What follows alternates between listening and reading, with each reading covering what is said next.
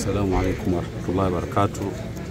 Mheshimiwa Wadhi ni maamuma wetu hapo msikiti wa Gitonyama. Namna alivyokuwa Mheshimiwa Wadhi ni mtu mwema, na wema wake unadhihirika hata baada ya kupatikana taarifa ya kifo chake. Namna ya watu walivyoshtuka, namna ya watu walivyohuzunika, si Gitonyama tu bali Dar es Salaam yote watu wamehuzunika. Ni ghafla, lakini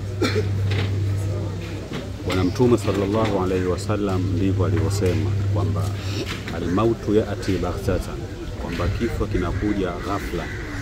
Ndugu yetu ameondoka, na kubwa ni kumwombea kwa Mwenyezi Mungu Subhanahu wa Ta'ala, safari yake iwe nyepesi na apokelewe na malaika wema na alale katika malazi yaliyokuwa mema. Na vitu gani hasa ambavyo marehemu Wadhi alikuwa anapenda sana kufanya, hususan wakati wa msikitini? Alikuwa ni mtu ambaye anaweza kujitoa kama ndio tufahamu. Mheshimiwa Wadhi kwanza alikuwa kwenye kamati yetu ya Maulid pale msikitini. Alikuwa ni mjumbe wa kamati ya kuandaa Maulid. Maulidi ni sherehe ambayo tunaifanya kila mwaka msikitini kwetu au dunia mzima.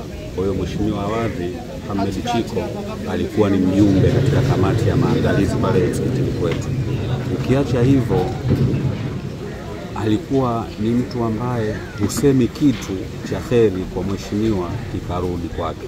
Ni lazima kama na uwezo nacho atakwambia, iwe ushauri iwe nini, kila kitu ambacho kilichokuwa chema mheshimiwa lazima yeye akifanye, na ushauri lazima akupe kwamba imamu, ili tufanye hivi tufanye hivi tufanye hivi.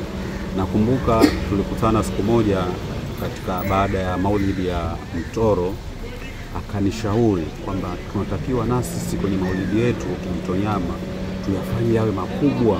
Sisi tulikuwa tunafanya maulidi pale ndani ya msikiti, lakini kwa mawazo yake na mawazo ya mwenyekiti wa bodi, mashallah, basi maulidi tukawa tumeyafanya makubwa katika mwaka huu uliopita kwa mawazo yake na jitihada zake za kumtangaza Bwana Mtume Muhammad sallallahu alaihi wasallam na katika kheri alizokuwa anazifanya.